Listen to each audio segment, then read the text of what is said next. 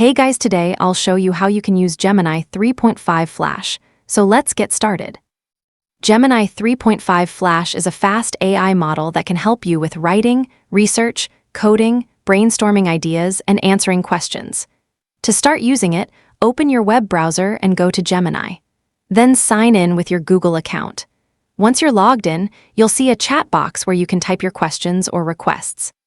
Simply enter a prompt, such as asking Gemini to write an email, summarize an article, generate content ideas, or explain a topic. After you send your prompt, Gemini will quickly generate a response. If you're not satisfied with the answer, you can ask follow-up questions or request changes to get better results. You can also upload files, images, or documents if the feature is available on your account.